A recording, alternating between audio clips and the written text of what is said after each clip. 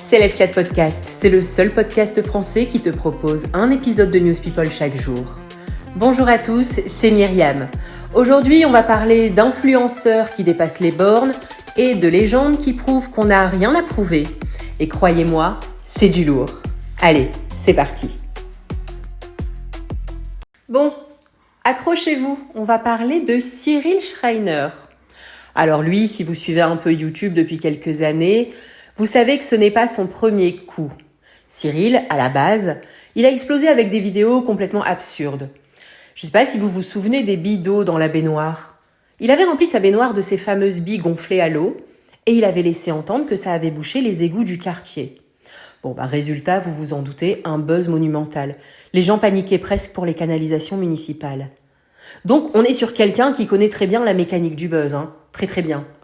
Et là, fin janvier 2026, il annonce que son chien, Albert, a été kidnappé. Pas juste « mon chien a disparu », non, kidnappé avec une mise en scène. Photos de fausses caméras de surveillance, images de silhouettes avec ses chiens dans les bras, des stories angoissées, des larmes face caméra. Il pleure. Il explique qu'il négocie avec les ravisseurs, il se filme en train d'aller récupérer son chien, il raconte tout et il publie même les échanges. Évidemment, sa communauté s'implique à fond parce qu'un chien, ça touche. Les gens étaient sincèrement inquiets. Sauf que, très vite, le fameux blogueur Akababe poste quelque chose d'intéressant. Aucune plainte n'aurait été déposée au commissariat au nom de Cyril. Et là, forcément, Internet fait ce qu'Internet sait faire de mieux. Il doute. Attends, c'est bizarre, pourquoi pas de plainte si c'est un kidnapping, ça sent la mise en scène. Et effectivement, quelques jours plus tard, Cyril reconnaît que tout était inventé. Tout. Il explique qu'il voulait se renouveler, que cette année a été difficile, qu'il se sentait seul, qu'il voulait recréer l'énergie de ses débuts. Mais là, on touche quelque chose d'intéressant quand même, parce que c'est plus juste une blague, c'est un symptôme. On est dans une époque où les créateurs sont en compétition permanente. Les jeunes arrivent tous les jours avec des concepts nouveaux, des montages toujours plus rapides, des idées plus folles. Et ceux qui sont déjà installés sentent la pression. La peur de devenir moins vus, moins viraux, moins pertinents. Et ça, je pense que parfois, ça pousse à aller trop loin. Quand même. Inventer un kidnapping, faire pleurer une communauté, mettre en scène des fausses images de surveillance. Là, on n'est plus dans la petite blague YouTube. Mais ce que je trouve intéressant, c'est qu'il a assumé, il a dit « c'est ma responsabilité, c'est grave ». Il a quand même dit qu'il avait perdu des partenariats et de sa crédibilité aussi. Et franchement, ça pose une vraie question sur la pression permanente des réseaux parce que derrière le buzz, il y a aussi l'angoisse de disparaître. Et pendant que certains inventent des kidnappings pour exister, de l'autre côté, on a Eric et Ramzy, deux monuments. Vraiment. Ces mecs ont rempli des salles, cartonné au cinéma, marqué toute une génération, à une époque où pour buzzer, il fallait passer à la télé, point. Pas d'algorithme, pas de miniature YouTube optimisée, pas de « je dois poster à 18h42 sinon je meurs ». Et là, ils arrivent sur YouTube. Et j'aime beaucoup leur démarche, parce qu'ils n'arrivent pas en mode « on est des légendes, poussez-vous ». Non, ils sont arrivés curieux, presque humbles. Ils savent que YouTube a ses codes. Et c'est là que ça devient intéressant. Mister V leur a posé la question. Qui a refusé de venir sur votre chaîne YouTube ? Et Ramzy qui répond, super honnête, quasiment tout le monde. Déjà, ça pique un peu. Ça veut dire que même avec 20 ans de carrière derrière toi, tu dois encore faire tes preuves sur une nouvelle plateforme.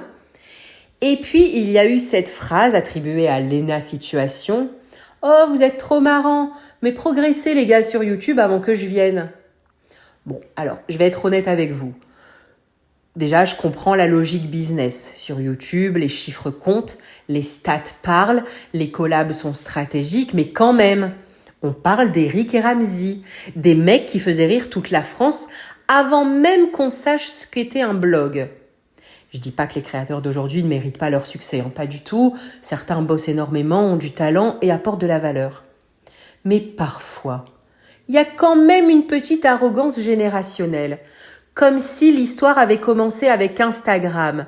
Alors spoiler, pas du tout, hein. Et ce que j'aime beaucoup dans cette histoire, c'est la suite. 2 vidéos. 16 millions de vues, plus de 600 000 abonnés et un trophée YouTube. Bam! Sans drama, sans kidnapping fictif, sans mise en scène excessive. Juste leur humour. Et je me dis qu'au fond, les 2 histoires d'aujourd'hui, elles parlent de la même chose. La pression. La peur d'être oublié, la peur de ne plus faire assez de vues, la peur que la nouvelle génération arrive plus vite, plus fraîche, plus digitale. Sauf que la manière de réagir, elle change tout. D'un côté, t'as quelqu'un qui panique un peu et qui se dit « il faut choquer, il faut faire plus, il faut créer un événement » et ça dérape. Et de l'autre, t'as 2 mecs qui arrivent tranquillement, qui se prennent des refus, qui pourraient mal le vivre et qui continuent quand même, sans drama, sans mise en scène, juste eux. Et le public répond. Moi, ce que je trouve intéressant, c'est qu'on vit dans une époque où tout le monde court après l'attention. Mais parfois, plus tu cours, plus tu t'éloignes de ce qui faisait que les gens t'aimaient au départ. Et franchement, inventer un kidnapping, pleurer face cam, louer une maison pour rendre l'histoire crédible, c'est épuisant rien que d'y penser.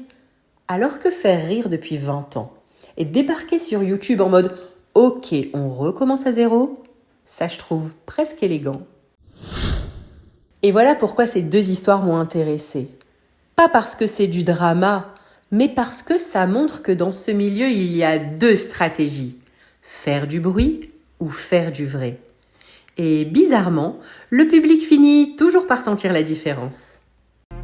Voilà pour aujourd'hui, c'était l'Actu People du jour. On se retrouve demain pour une nouvelle dose ? Parce que l'Actu People ne dort jamais. Moi non plus apparemment. Allez, à demain.